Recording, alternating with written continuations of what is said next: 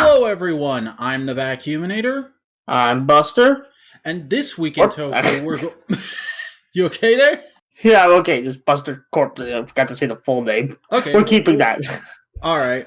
And this week in Toku, we're going to be discussing a lot of toy reviews and some major licensing news and announcements regarding future releases, as well as the latest episode of Power Rangers Dino Fury. But before we get into all that, Buster, how's your week? It has been okay. I have not watched any extra Toku. I mean, unless you count the Tom and Jerry movie as Toku, but I don't think that counts. It's been a pretty okay week.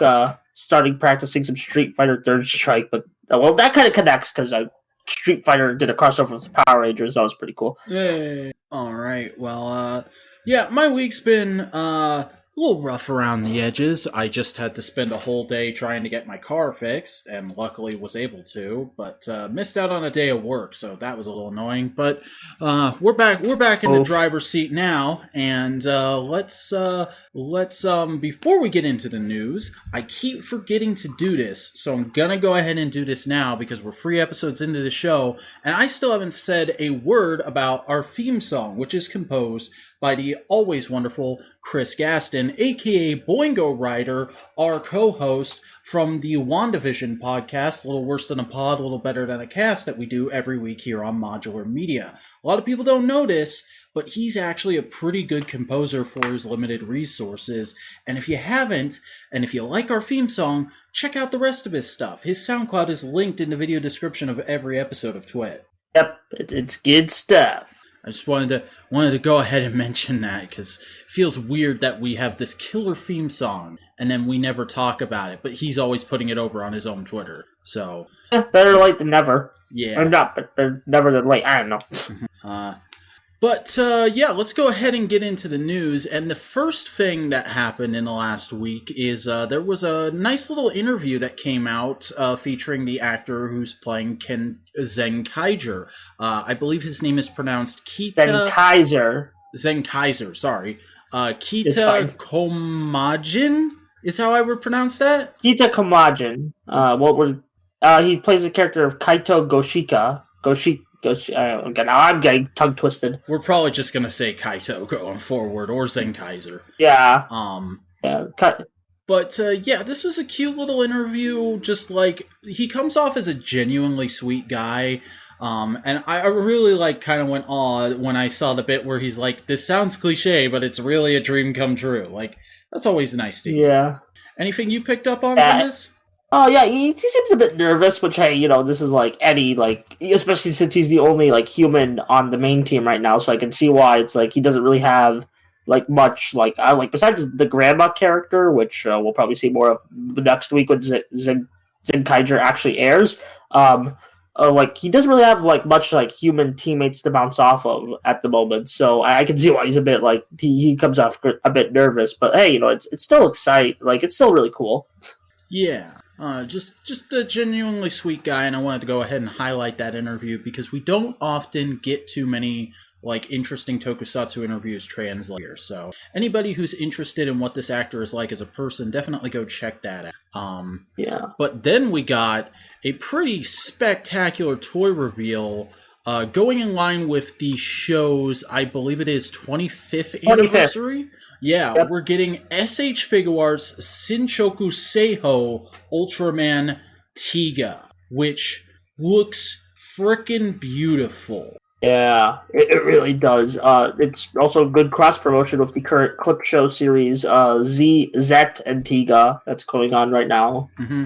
I watched the first episode of that, but then when I heard how heavily the Tiga bits were being edited, I was like, oh, maybe I should just watch actual Tiga, because I've already seen Zet, and I was kind of watching this just for the Tiga bits anyway. Yeah, apparently they can't show the actor. I'm not sure why. Some sort of licensing issue from what I... yeah. But yeah, this does look like a pretty sick figure. Tiga's actually one of my favorite Ultra suits from what I've seen, so it's nice to see it get some spotlight. Yeah, and it's also notable because this is the first Ultraman Figuarts that's gotten a Shinkocchou Seihou, which is essentially their second go at a second or third go, because Black has had 2 Senchoku Seihous, Kamen Rider Black, but that a lot of people called this the renewal line when it first debuted way back with that second Kamen Rider Black, but Senchoku Seihou actually translates to true bone carving, which means they're trying to get it as close to the actual suit as humanly possible at that scale. And despite some extreme gappiness around the legs, I think they really hit it home. Yeah, it does look pretty suit accurate, minus the whole like action figure legs. Yeah, which is kind of unavoidable when it comes to a suit as skin tight as. Yeah, I don't blame. It still looks really cool. If I had spare money and know where to buy these things, I would probably get one. But then, speaking of ultra expensive, ultra accurate suits, we got the reveal of Raw Genesis Kamen Rider 01 Rising Hopper, which... Can I just say, Raw Genesis is just such a great name. It is. I mean, it's not spelled raw like R-A-W, it's like spelled like R-A-H, but like it's still a really cool name. Mm-hmm. And, like, for those of you who don't know about this line, because this is kind of a lesser-known tokusatsu line, it's 12-inch or 1/6 scale, and it's essentially Hot Toys for Kamen Rider. It's like a full-size doll with a cloth or soft rubber costume, depending on the amount of armor that's involved, and it lets you hit as accurate as you can with an action figure, because with 01 here, this is essentially the same thing as the Mezco 112 stuff we were talking about last week, where this is kind of like a body sock over an articulated skeleton. Yeah, it literally looks like the suit. Like, it looks super spot on. And I'm like, are we looking at promo images for the suit, or are we just looking at a really cool action figure? I don't know. Yeah, it's a fantastic looking figure, and if I was a 1/6 scale guy, I would definitely be thinking about pre-ordering this, because 01 Rising Hopper is one of my favorite rider suits of all time, but I'm probably going to pass on this just because I tend to stick to 1/12 or 6-inch scale figures. But for those of you who are interested in this, definitely take a look at the article, which will be linked in our video description, along with all the other news that we talk about every week, including the next thing, which is something that slightly interests me, GoodSmile Company's Thunder Gridman, which it's not based on the anime, it's based on the original Gridman toy from the Tokusatsu. It's a remake of that toy with modern articulation and levels of detail. And I just prefer that suit, probably because I'm a big Superhuman Samurai Cyber Squad shill, and they actually used Gridman source footage in that, so, like, but it's just a really good suit either way. I love the weapons, the design, just, so good. Mm-hmm. It looks a bit floaty, I would say, in the combined form would be my only complaint, but I'm also really impressed with the amount of articulation they're able to still have in that combined form. Like, I would not expect something with that much stuff stacked on top of itself to be able to get elbow movement. That's really impressive. Yeah, I was like, I like, it's just like I'm not kind of conflicted on like what do you call like cluster mecha, where you just take everything and put it into one. One of my first Power Rangers toys that I actually like built was the RPM Ultra Zord, so that was an experience, and so I kind of have a little bias towards cluster mecha, but this one looks really sick. I feel like there's good ways to do it and bad ways to do it. Like the RPM one, I can definitely jive with because everything kind of makes sense there. But like the Samurai one, where there's literally just swords hanging off of poles on the backpack, it's like, what are you doing? Yeah, it's weird. I mean, someone actually made a good fix where instead of putting the girl Zords on the side, they put it as the arms, and then you had cannons on the side, which that's actually a really cool fix. Yeah, that'd be pretty cool. So yeah, I'm definitely liking the way this Gridman is looking. It's probably a bit out of my price range, so I don't know if I'll get it anytime soon, but it definitely is one for the wants list, in my opinion. Yeah. And then... and now on to business. Business. Is this working? I love the Lego Movie. It's one of the best films of our time. Yeah.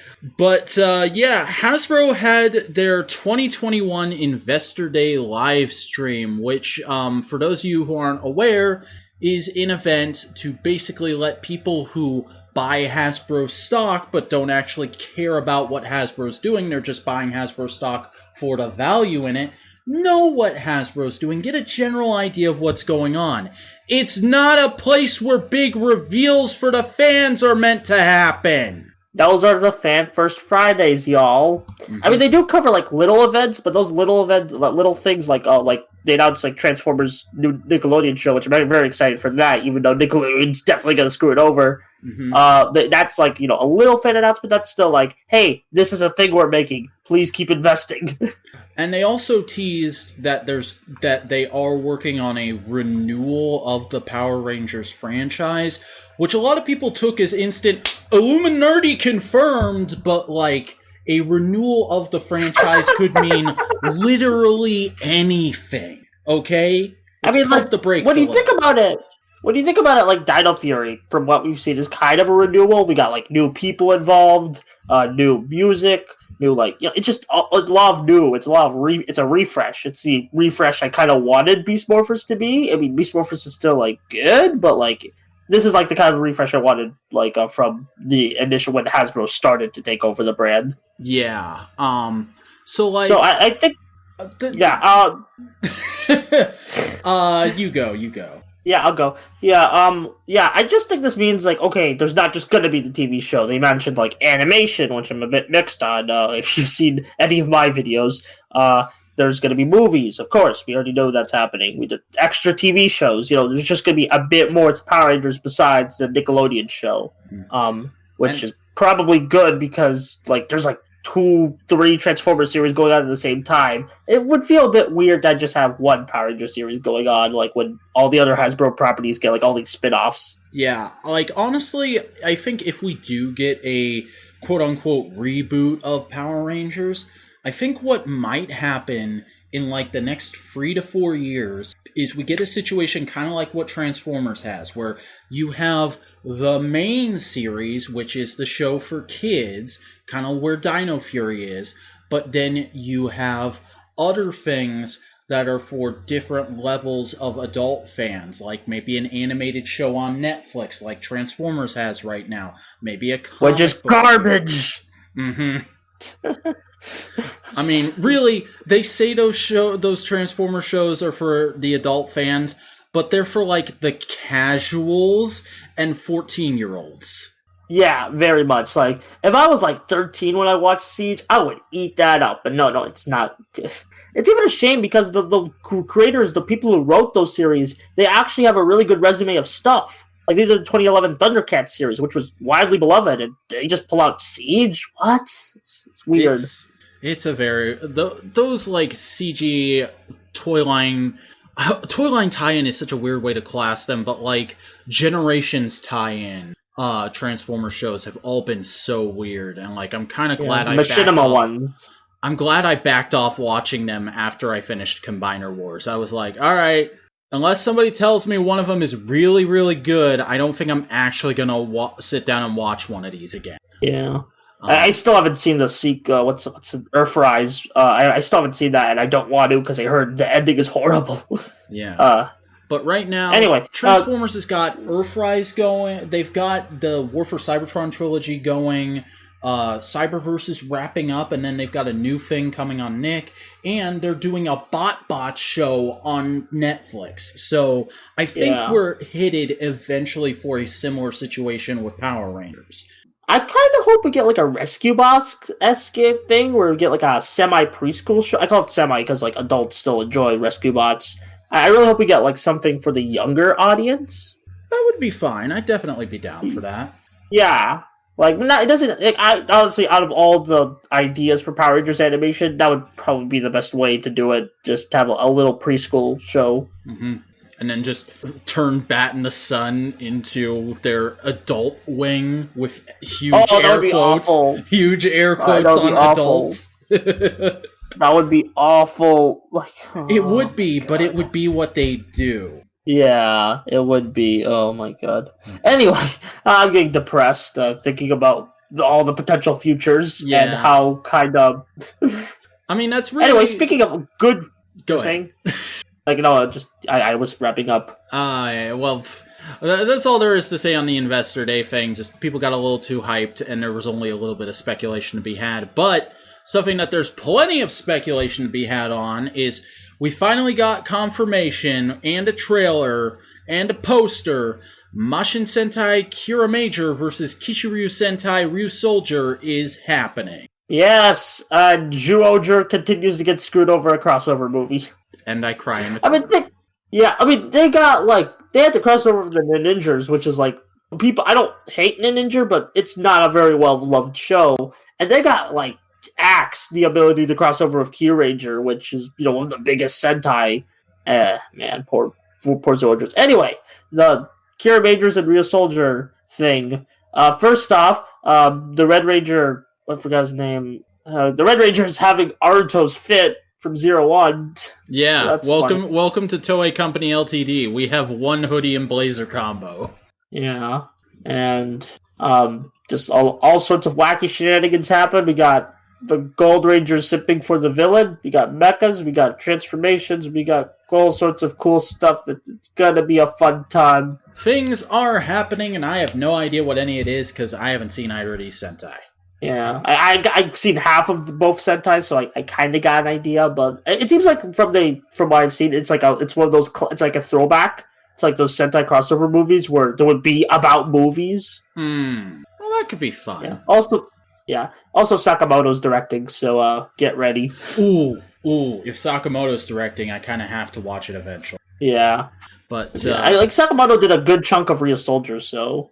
Oh, I didn't know that. That kind of makes me eager to check out RyuSoulger. He kind of came as like a band-aid because like RyuSoulger kind of had a production shakeup like around the episode 17. So he kind of came out as a band-aid during I think the GoodSmile episodes. Excellent. So, yeah. That's what you do with the man. You bring him in to fix all your problems because he can. Yeah. But speaking of fixing all our problems, 7 Seas is licensing the original Kamen Rider manga by Shotaro Ishinomori. I literally screamed when I saw this. It's apparently going to be like the first manga. It's going to be an omnibus. It's going to be like only an omnibus. It's going to be 800 pages long, covering volumes 1 through 4, and an all new translation. But yeah, very exciting stuff. And it's an omnibus that's gonna run you $33. That's incredibly cheap for a comic omnibus. Like, I don't know about general manga pricing, really, but general comics pricing, that's really good. Yeah. Even for manga, I'd say like each manga is like a good 200-page manga is like $15 or $13. So yeah, you're getting a good price. Mm-hmm. And like, I'm definitely looking forward to this because I've read the Kamen Rider Black manga and Kamen Rider Spirits through scanslations. Never read the original manga, so I'm kind of tempted to pick this up, and honestly, I feel like maybe we all should, so maybe 7 Seas licenses the Black and Spirits mangas? Please, God, I'm begging you to give Spirits an official translation! Yeah. Was Spirits the one where it's about a Kamen Rider fan? Spirits is like a bunch of one-issue stories about the Showa riders that eventually coalesces in a storyline about all of them teaming up. Ah, okay. That feels a different manga about It's also the manga where even if there is no god or no Buddha, there must be Kamen Rider quote comes from. Ah, yeah, I gotcha. That because I know like one of them had the meme scene of the no Buddha, but there is Kamen Rider. Yeah. So yeah, definitely looking forward to this. I highly encourage anybody who's even remotely interested in the origins of tokusatsu, because this Kamen Rider is kind of one of the things that majorly popularized the genre in Japan, and it wouldn't have happened without the original manga. So definitely check this out if you're interested in that kind of stuff. Yeah. And then from that, onto some weirdness, because or more like indie. I call it indie toku, even though the first thing is from Bandai. Mm-hmm. I mean, it's Bandai making the models, but it's kind of co-produced with the TV station it's going to be on, because a new one season presumably series has been announced from MBS, which is a TV station in Japan, called Girl Gun Lady, which is a series about a girl from an all-girls school who's into building model kits of guns, and then she goes to an alternate dimension where the guns are real people, and it's like a battle royale. Oh god, this is an incredibly specific fetish. Am I wrong? No, you're not. You're not wrong. This is probably somebody's getting off on this, unfortunately. Anyway, yeah, but like the guns look pretty neat. I wonder, like apparently they transform into people. I'm not. Oh yeah, actually, I just scrolled down and I saw they actually transform into actual characters, which is pretty cool, and I like that. Yeah, so they got some pretty cool like designs. Actually, there's a trailer. I didn't know there was a trailer here. I'm gonna watch it. There's 2 trailers, which is interesting. Yeah, I'm watching the second one. Yeah, the second one's like a toy, like the actual like toy commercial. So yeah, I feel like one day, like probably not immediately. One day, like anime Twitter's gonna discover this and gonna be like, "Whoa, look at LOL, so weird," and I'm just gonna be pissed because that's Toku. That's Toku. Stop it! You literally guys vibe with anime. You guys have no right to call anything weird.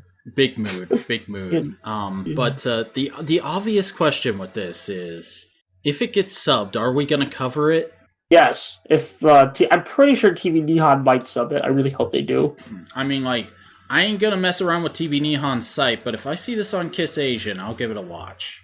Yeah, I mean, pretty like anything TV Nihon puts up, usually gets on Kiss Asian somehow. So speaking of indie Toku, or actually this one, Dogengers, fellas, Dogengers is awesome. Please watch Dogengers. Dogengers. It has a trailer. It got subbed. I don't know anything about Dogengers. You talk for a minute. All right. So basically. So the first season was basically, let's get the team together and tell this really cool emotional story about childhood. And now this season, some scandal happens, and now Red Buster's actor, or the guy who played Hiromu, he's here, and he's kind of, as this character called Gridman, he's kind of like messing with him, and he's kind of stealing the villains to fight, and they have to get back the villains to fight, and Yabai Kamen's going to appear in it, so it's going to be hilarious, and just going to be fun. Excited to hear the new theme song, and just overall, yay, more Dogengers. It's so good. Probably like top 5 Toku, maybe even top 3 for me. Hooray! Maybe I'll eventually watch the first season. Yeah, it's on the list. I'm not sure if Nice Buddy will get a consistent. Yeah, I'm not sure if Nice Buddy will get nice. The second season is called Nice Bunny. Not Nice Bunny. Nice Buddy. Because I'm guessing that's like I don't know why it's called Nice Buddy, but yeah, the second season's called Nice Buddy, and I'm not sure if we'll get a consistent translation, but like I'll probably watch it when it'll get subbed somehow. I mean, if I see it on the front page of Kiss Asian, because I check the new releases on Kiss Asian every day, or I have started since we started the show. I shouldn't say I've always done that, but if I see it listed there, I'll go ahead and put it in the topic list so you can cover it. Yeah, I'll probably just do like a rambling about Dogengers Nice Buddy segment every episode. Hooray! Speaking of rambling about episodes, Dino Fury. Yeah, that's gonna do it for the news. So let's go ahead and move on to Power Rangers Dino Fury Season 1, Episode 2, Sporix Unleashed. Interestingly, I think this episode has just as much to talk about as last week. Yeah, first off, okay, so to give like a general review, it's all of the details that make this episode so good. It's all those little details, those little things that really just make this episode just so good. Mm-hmm. And part of those little details, I actually have the episode on another tab to go through it, is they practicing the morph sequence, and it's like the greatest thing ever. Yeah, like when was the last time we got that in Power Rangers? RPM? I don't think we ever got that anything. Like I don't even think RPM did it. RPM made a few meta jokes, but they didn't really do that. From what I remember. Maybe they did like a later episode, but like not like early on. And it's really cool. Like you see them all mess it up, and it's the greatest thing ever. And they talk about boost key. And it's also like both relatable and like extremely informative for the audience at home, because if you've been watching Power Rangers forever, you've been watching Power Rangers toys forever, you've had some morphers that you've had trouble getting to work properly, and like if you've just bought that new morpher and you're wondering, okay, how exactly does this work like we were last week, here's your rundown. I love it. But yeah, speaking of things, so the episode is kind of like, I don't think I would call it Ollie focused, but Ollie certainly gets a lot of like a lot of conflict in this episode. Ollie gets the story of the week, whereas there's a lot of arc story going on as well. Yeah, like a over mainline story, if that makes sense. And so it's like Ollie, he wants to like, he kind of... I was just going to say, how do you feel about that? Okay, I'm not really, to be honest, I'm more interested in Amelia and Zaito. Like, which is weird because Blue Rangers are usually my favorite, although I feel like a lot of Blue Rangers have been lacking ever since Koda just peaked. But like, anyway, Ollie, he's okay. Like, actually, I think I like him. I think I already like him better than Ravi, because I'm not a Ravi guy at all. But like, I do like that he tries to take charge, but like, he kind of gets a bit full of himself, and it's like, he puts people in danger just so, but like it's a nice message. It kind of fumbles it like a little, but like I think it mainly sticks. It's interesting because like I actually kind of disagree with you. I was a big Robbie guy. I latched onto him right away, whereas I'm having trouble warming up to Ollie. Like, he's not bad. The actor isn't bad. There's just a certain je ne sais quoi, I'd say, that's missing from this character so far. And, like, there's a few nitpicks I can have with him in this episode, especially that, like, Zato told him specifically, don't talk to your mom until we've got the Sporix handled. We'll look into that thing later. And then he, like, literally takes the first opportunity to directly disobey him. Well, I think that's part of the arc of the episode where it's like, screw what this alien says. I got the better plan. That's fair, but it also then makes me feel like, well, the lesson of the week there is just listen to your elders, and like, that's not always necessarily true. I don't know if we should still be teaching that to kids in current year. Yeah, that's fair. Also, speaking of elders, in a way, Hartford from Operation Overdrive has started to make human gears, which actually leads me to this weird theory. So you know how, like, every, like, for the last, like, Ninja Steel and Beast Morphers, we've had a Metal Heroes cameo. RyuSoulger doesn't have a Metal Heroes episode. And I'm not sure if they want to continue that tradition. Do you know where I'm going with this? I'm very worried that it's where I think you're going, but go ahead. I think 01 might show up for an episode. I don't want them to, but I think that's where they might be heading. That would be a bit much. Yeah. I mean, if they want to, already felt really weird and non-sequitorial to me. Like, she had no bearing on the whole rest of the episode, so I'm like, this better be an important character down the line. Otherwise, it just feels, again, like the whole thing you brought up a couple weeks ago with Beast Morphers, where they're just making new characters to have fun with new characters instead of using what's already there. Yeah. I mean, I really hope, I know I'm a bit hesitant of them using, Kamen Rider suits, but, if they want to use 01 to, make this character have a purpose in some way, then sure, go for it. But honestly, she does feel pointless, in a way. I just felt like it's kind of what my issue of Beast Morphers were. Here's a bunch of cameos and pandering to lore, but, here's the thing. But the thing is, I actually kind of found J-Borg's scene a bit wholesome, because the thing with Ben and Betty and Victor and Monty, the past comedic reliefs, their comedy always stemmed from misery, and I'm glad that her comedy stems from, hey, look how wacky she is, instead of but she's still accomplishing it. You know what I mean? I can definitely feel that. Also, on the wacky note, was it just me, or did her voice sound a bit like Jimmy Neutron to you? It does give off Jimmy vibes. It kind of does give off Jimmy vibes. It especially hit me when she said, you betcha. Something about the way she said, you betcha, just made me picture Jimmy Neutron. Yeah. But then there's also some other interesting overarching stuff going on in this episode.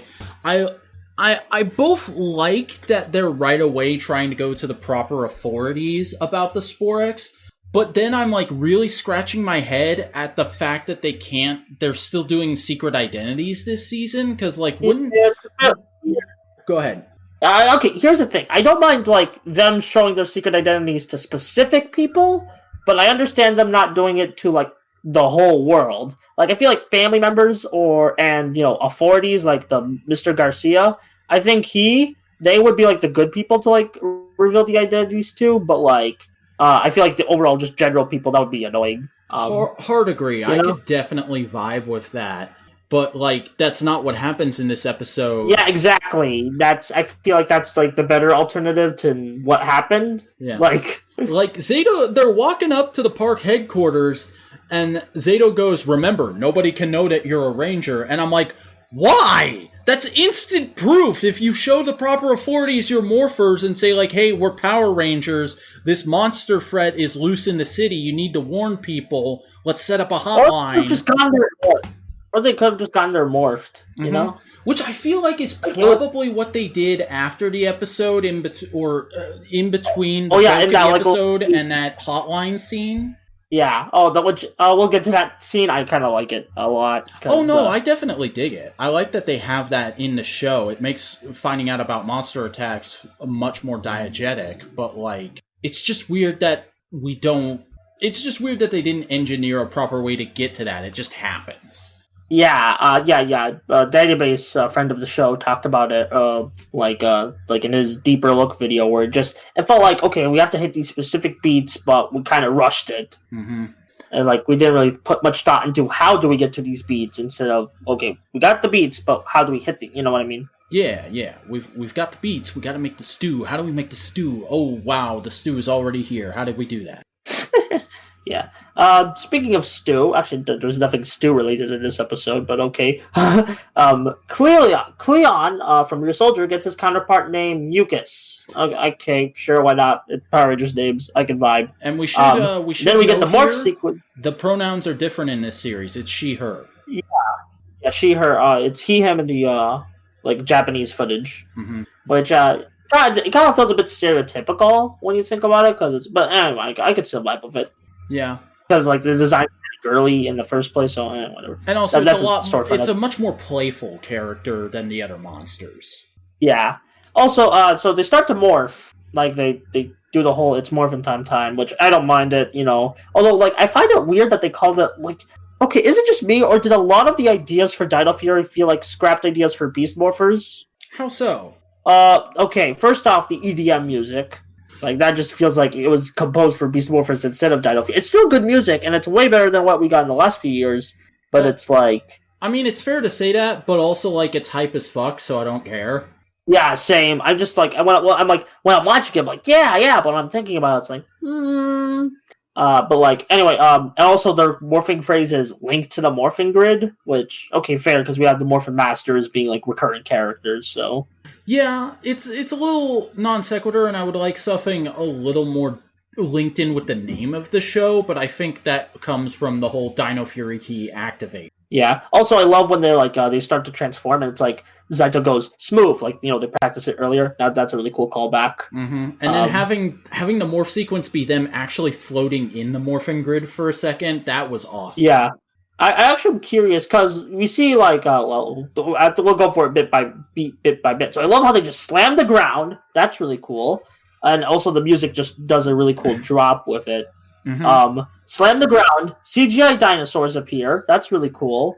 And then they just flow. And okay, then when they flow, Ollie and Amelia look like, whoa, what's going on? And Zaito's like confident. I wonder if they're going to replace Ollie and Amelia's morph with something a bit more confident. Next episode. I hope that's something they do. Like, use that footage for just this episode, and then next episode give them a more generic one. And then when we bring in the other Rangers, do the same thing. They could have like Also, and then I'm still pissed at that they keep using what I call PNG helmets, like helmets that are clearly not supposed to be. It looks weird, especially on the standstill. You mean the turbo style CGI go on? Yeah. They do. They did this in Beast Morphers too, where it's like the helmet is like a PN. I mean, like the effect is cool, but I'm talking about like I just don't like how they. I feel like they should have cut to a shot of them actually wearing the helmets. like they used to do that in like RPM, but like but then it just I think started Ninja Steel. It started becoming like PNG helmets, and I just don't like that. It looks weird. Also, we have a roll call. Yeah, and it's pretty solid. It's not the RyuSoulger roll call, which I think honestly that roll call. I get why they did this because the RyuSoulger aesthetic and the new morphing sequence aesthetic do not match at all. Mm-hmm. But the RyuSoulger roll call is like one of my favorite roll calls, so I'm kind of pissed. But like this is still pretty good. Yeah, and it's also been like a standing tradition for a little bit for them to reshoot stuff like that. Yeah. And we actually haven't had a roll call in a while. Like Ninja Steel had like little bits of roll call, but like Beast Morphers didn't have a roll call.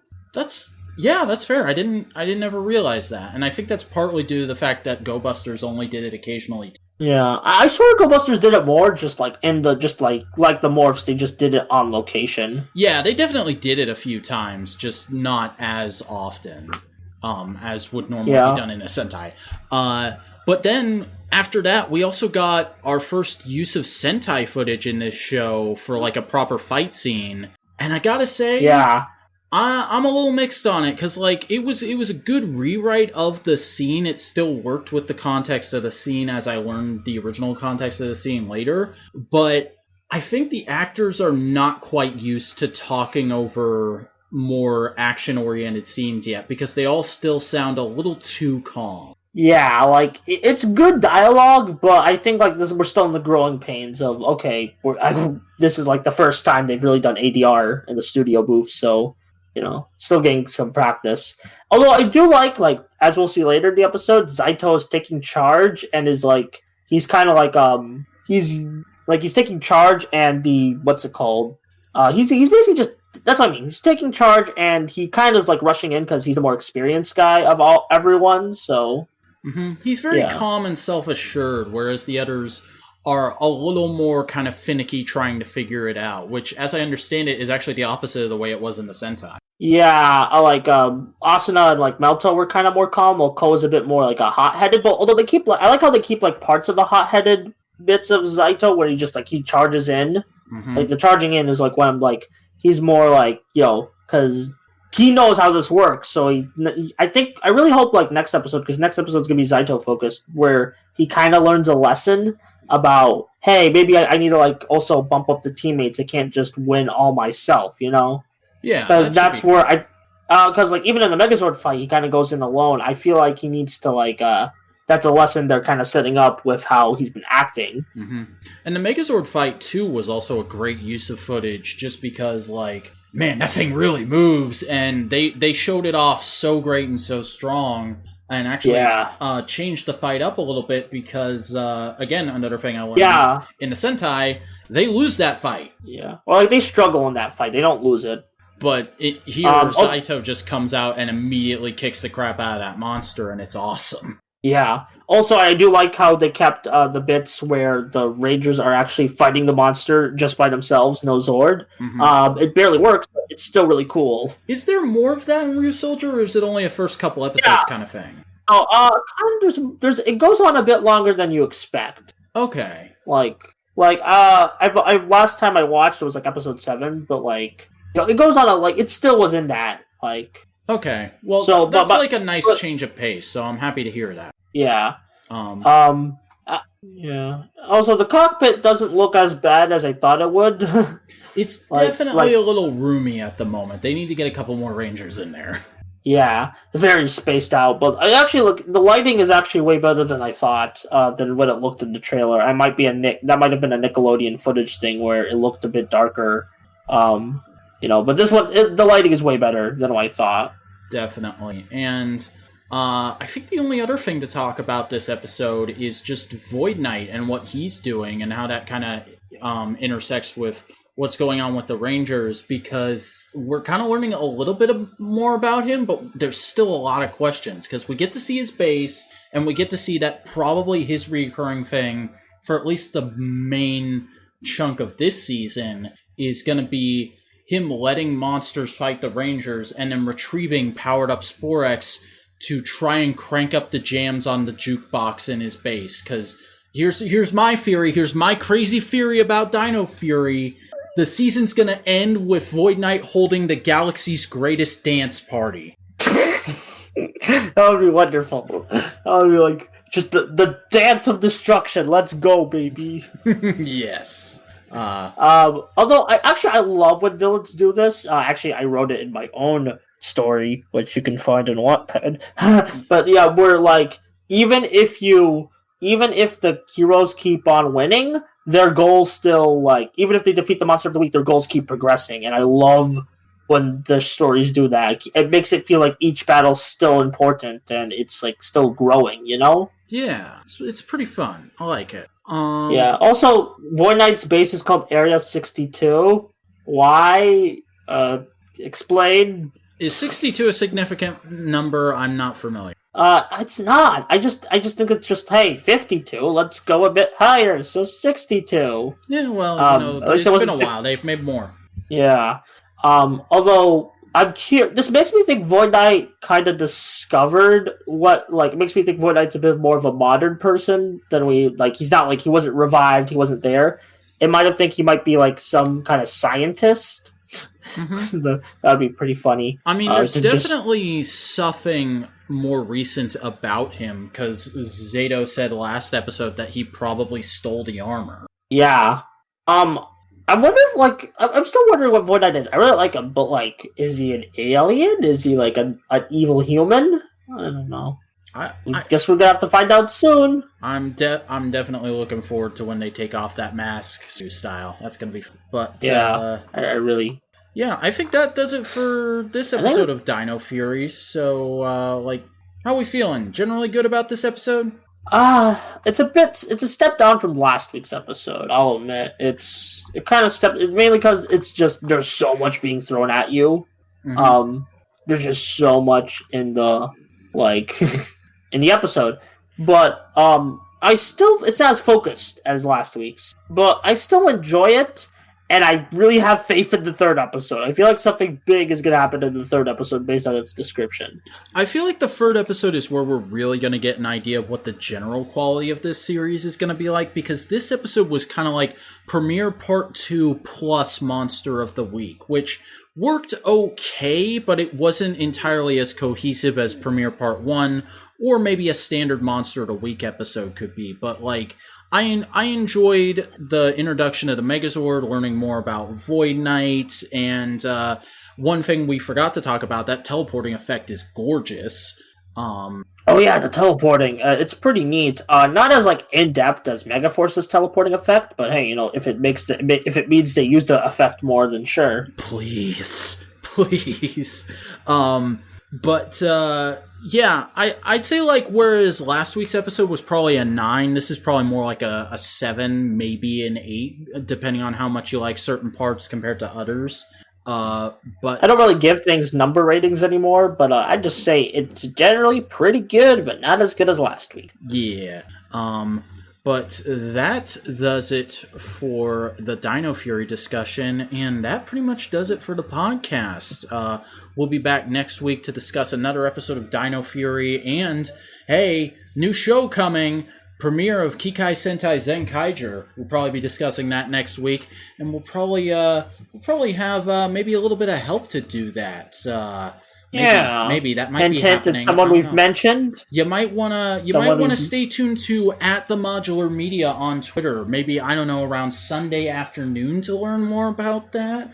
But that's all we'll say for now. So Buster, tell the good people who you are and where they can find your stuff. I'm the Buster Corp. I write things on Wattpad and make videos. I made 3 videos in 1 week. I should don't expect that every week, but I did do that, and they're on Mario 3D World, The Impact of Good Netcode, where I talk about the Power Rangers fighting game, so connections, and the mixed bag of the Tom and Jerry movie that just came out that nobody cares about, because why do you care about a Tom and Jerry movie when the world is ending? So yeah. Hooray! And I am the Vacuuminator. I make videos and things on the internet. I'm currently on hiatus from my main channel, but if you want to check out my backlog, you can do that by going to youtube.com/thevacuuminator. That's TheVacuuminator. You can also follow me on social media at the Vacuuminator on Twitter and at _Vacuuminator on Instagram for toy photography. And you can do us a huge favor and continue to support the show by giving us a like, leaving a comment, subscribing to the Modular Media YouTube channel, and clicking the bell in order to enable notifications so you'll learn when new episodes are coming out all the time. And keep up with updates on the show by following us on social media at the Modular Media on Twitter and r/Modular Media on Reddit. But that's going to do it for this week's edition of TWIT. We'll see you next week.